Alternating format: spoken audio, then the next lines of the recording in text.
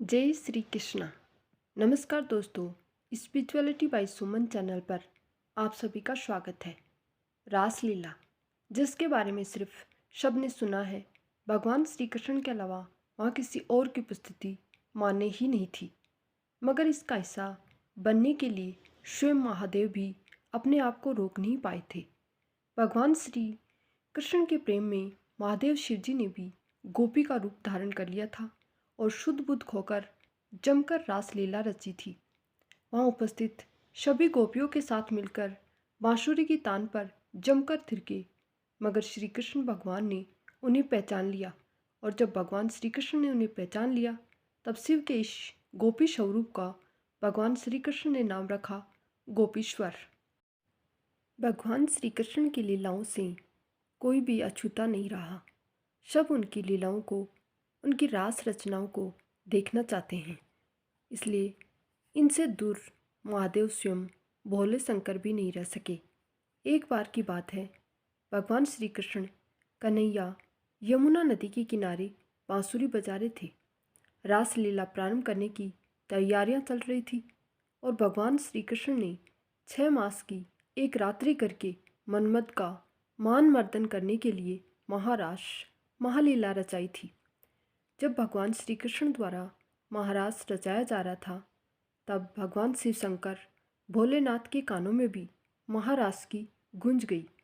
अब भगवान श्री कृष्ण कन्हैया मनमोहन की मीठी मुरली ने कैलाश पर्वत पर विराजमान महादेव का मन भी मोह लिया। उनकी समाधि भी भंग हो गई। अब भगवान भोले शंकर वृंदावन की ओर बावरे होकर चल पड़े। देवी पार्वती ने उन्हें रोकने का अथक प्रयास किया।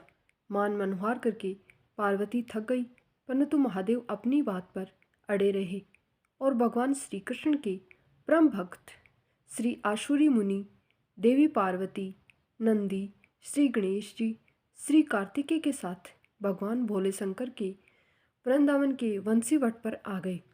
वंशीवट जहाँ महारास महालीला हो रही थी, वहाँ गोकुलवासिनी गोपियाँ द्वार पर खड़ी हुई थी।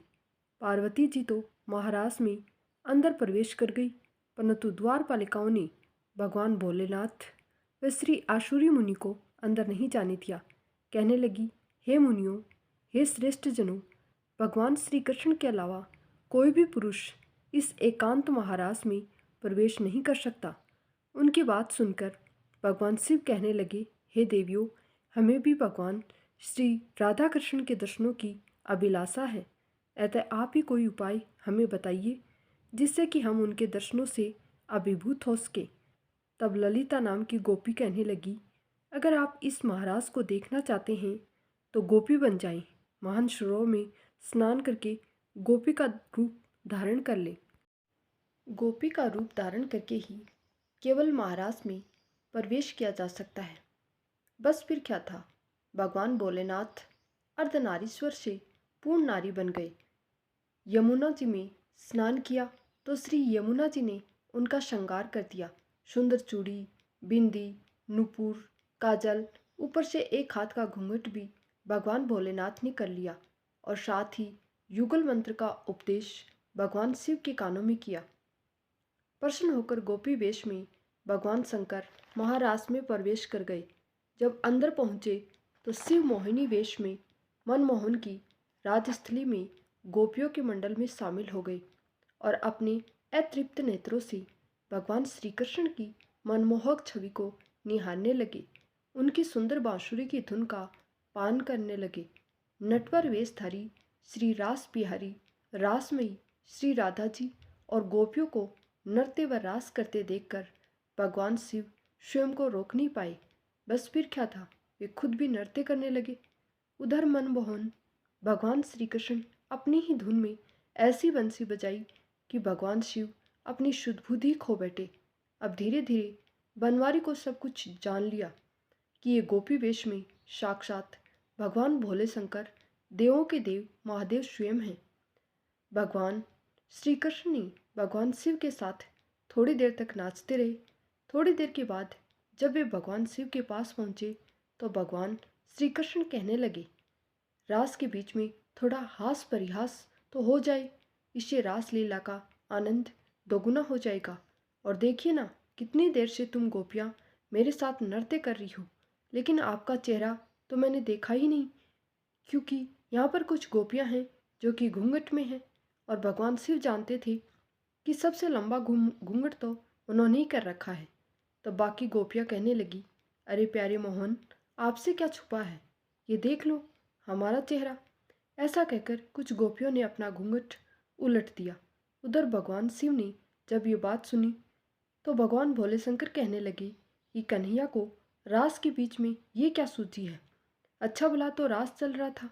उधर गोपियों के वेश में भगवान शिव सोचने लगे, कहीं ऐसा तो नहीं कन्हैया मेरा भी मुख देखने लगे, फिर तो मेरी असलियत सामने आ जाएगी। अच्छा भला नृत्य चल रहा था, जाने क्या सूझ पड़ी बांसुरी वाले नटवर को, तो सब कुछ पहले से ही पता था। फिर भगवान श्री कृष्ण ने कहा कि सब गोपियाँ एक पंक्ति में खड़ी हो जाओ, मैं बारी बारी से सबके मुख देखूंगा। भगवान शिव ने जब ये सुना तो बड़े प्रसन्न हुए, सोचने लगे, चलो ये अच्छा है, जब सबकी सब पंक्तियों में खड़ी होंगी तो मैं तो सबसे अंत वाली पंक्ति में खड़ा हो जाऊंगा। फिर देखता हूँ कन्हैया कैसे मेरा मुख देखते हैं। लाखों करोड़ों गोपियों का मुख देखते देखते मेरा तो नंबर भी नहीं आएगा। ये सोचकर भगवान शिव बड़े प्रसन्न हुए। उधर सब की सब गोपियाँ एक पंक्ति में खड़ी हो गई और महादेव सबसे अंत की पंक्ति में खड़े हो गए। उधर कन्हैया जी का सारा ध्यान भगवान शिव पर ही था। उन्होंने देख लिया था कि महादेव इन सब से बचने के लिए ही सबसे अंत वाली पंक्ति में जाके खड़े हो गए हैं। अब कन्हैया जी ने भगवान भोले शंकर का ध्यान भंग करने के लिए इधर उधर पंक्तियों में देखना आरंभ कर दिया। और जब कन्हैया की दृष्टि पंक्ति के सबसे अंत में पड़ी तो वो मुस्कुराकर कहने लगे, नंबर इधर से नहीं उधर से शुरू होगा। तब भगवान शिव बोले, अरे ये तो मेरा ही नंबर आ गया। इस पंक्ति के अंत में अगर मैं खड़ा हूँ और अगर कन्हैया इधर से ही शुरुआत करेंगे तो सबसे पहले मेरे ही दर्शन होंगे। अब भगवान शिव दौड़कर दूसरी ओर जाने लगे। वे पंक्ति के दूसरी तरफ सबसे अंत में लग जाना चाहते थे। अब जब वो भागे तो भगवान श्री कृष्ण गोपियों से कहने लगे, अरे गोपियों, पीछे कुछ गोपियों का मैं मुख दर्शन करूँगा। पहले मैं इस गोपी का मुख दर्शन करूँगा जो अपना मुख छिपाने के लिए इतनी देर से इधर उधर भाग रही है। पता नहीं इसे इतनी लाज शर्म क्यों कर रही है। उधर भोलेनाथ सोच रहे थे कि वो तो पंक्तियों के बीचों बीच जाकर छुप जाएंगे तो भगवान श्री कृष्ण की नज़र उन पर नहीं पड़ेगी, किंतु कन्हैया से कुछ नहीं छुपा था। अब उन्होंने दौड़कर भगवान शिव को पकड़ लिया और जैसे ही उनका घूंघट ऊपर किया वैसे ही कहने लगे, आओ गोपीश्वर आओ। ऐसा कहकर कन्हैया ने जोर का जयकारा बोला, बोलिए गोपेश्वर महादेव की जय। जब कन्हैया ने इस प्रकार जय जयकार की तो जितनी भी गोपियाँ और श्री राधा रानी वहाँ पर थी वे सब इस गोपी के रूप को देखकर अचंभित हो गई।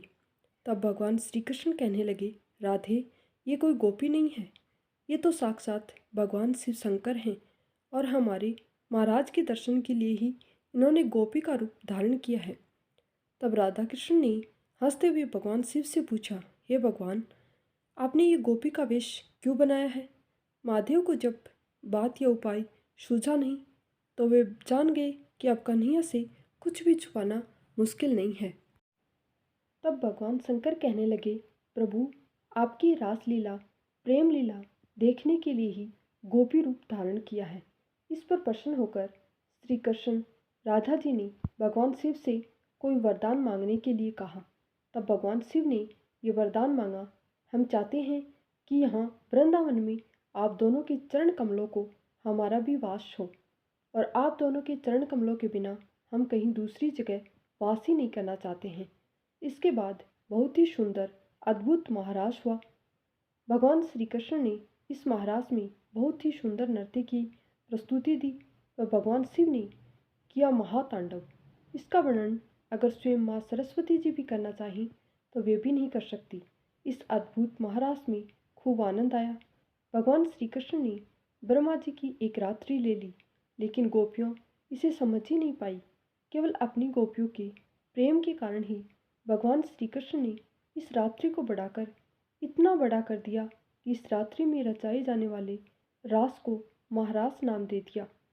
गोपियों ने एक रात अपने प्राण प्रिय श्री कृष्ण के साथ प्राण प्रिय पति के रूप में बिताई।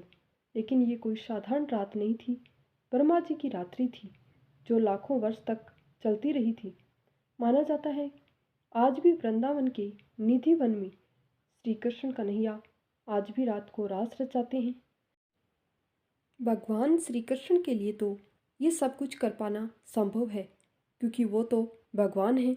महादेव ने जब ये वर मांगा तो भगवान श्री कृष्ण ने तथास्तु कहकर कालिंदी के निकट निकुंज के पास वृंदावन में वंशी वट के सम्मुख भगवान शिव को श्री गोपेश्वर महादेव के नाम से स्थापित कर दिया।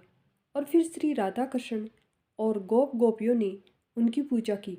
तब भगवान श्री कृष्ण ने शिवजी से कहा कि हे महादेव, ब्रज वृंदावन की यात्रा तभी पूर्ण मानी जाएगी जब व्यक्ति आपके भी दर्शन कर लेगा।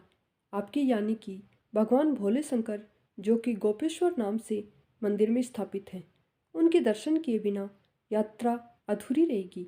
माना जाता है कि भगवान शिव वृंदावन में आप भी गोपेश्वर महादेव के रूप में विराजमान हैं और भक्तों को अपने अद्भुत एवं दिव्य गोपी वेश में साक्षात दर्शन देते हैं।